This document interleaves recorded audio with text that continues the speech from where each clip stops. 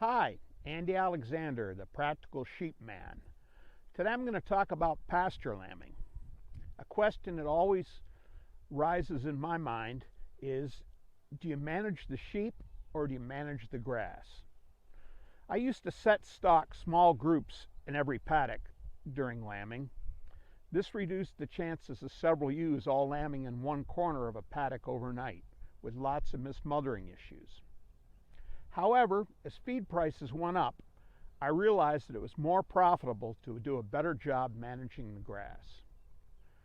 Two problems with set stocking for lambing was that I was allowing selective grazing to occur by set stocking them over the whole farm.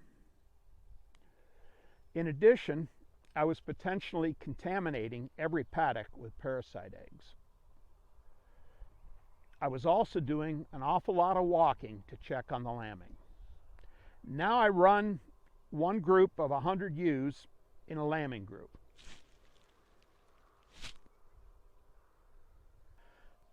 I cross-fence the paddock with electronet and basically do a version of drift lambing. Each day I open a corner of the net in what I call the drop area, and I let those ewes that haven't lambed yet move forward to fresh grass. The ewes who have lambed that day stay back with their new lambs as the pregnant ewes move through the opening I created in the net. I leave these ewes back with their newborn lambs to bond for 24 hours. That allows me to keep a close watch on these pairs and for the ewe and the lamb to create a good bond before I mix them with another larger group. The ewes with the older lambs then move forward and mix with what was yesterday's bonding group. Last, I move the back fence up, and this helps me to avoid overgrazing and also minimizes the possibility of ewes ingesting parasite larvae.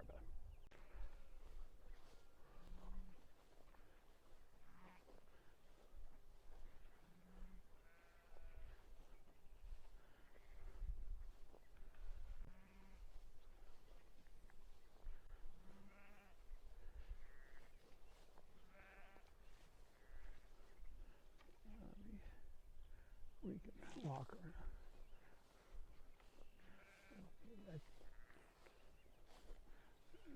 29 might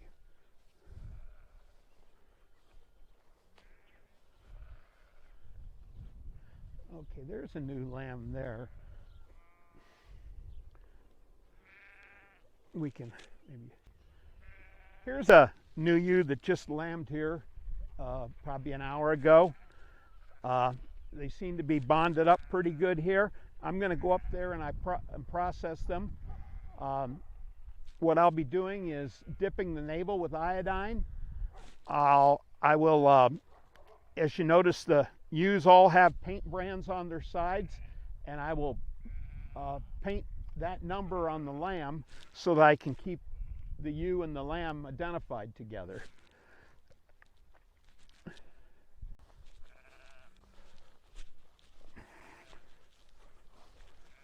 Oh, there, 29. Stay here, 29.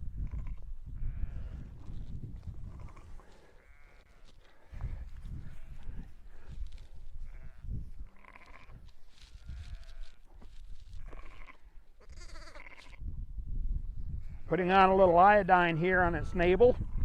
Just use a jar. Put the whole navel in the jar and shake it up good. It's a ram lamb, so I use blue paint on my ram lambs. It's number 29, I think.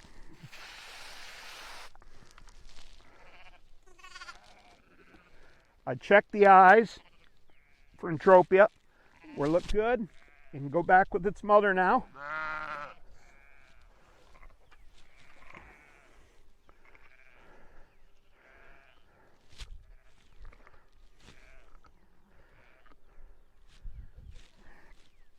I use green on my ewe lambs and blue on my ram lambs, which makes it a lot easier to sort them.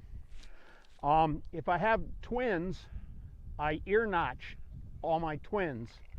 That way I'm able to identify who was a twin later on when I'm making selections. So this group here is lambing today. This next middle paddock were ones that lambed yesterday and overnight. And then the third group down there behind the third fence are older lambs. So what I'm going to do now is move these ewes forward into fresh grass and leave back the ewes with the baby lambs so that they can bond a little bit better before they get mixed with the general population.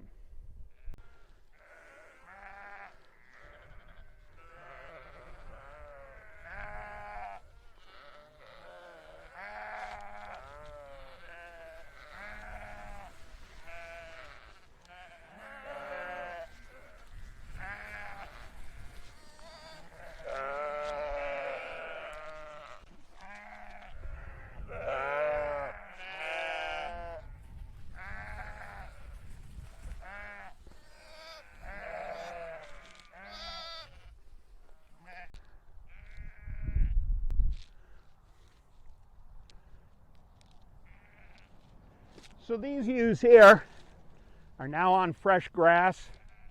I move them every 24 hours. This group back here are the ones that have lambed in the last 24 hours. And I'm going to be combining the lambs that have been 48 hours old with the older lambs now. Okay, so now what I'm going to do is combine the lambs here that are about 24 to 48 hours old with the general population here that might be up to about a week old. Just going to remove this net and let them mix.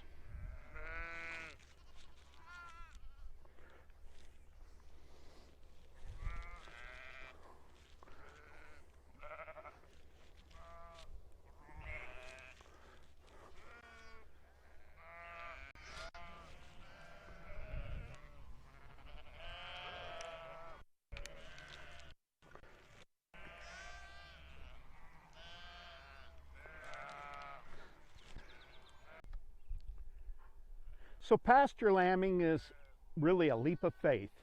You have to trust that you have ewes that can do it.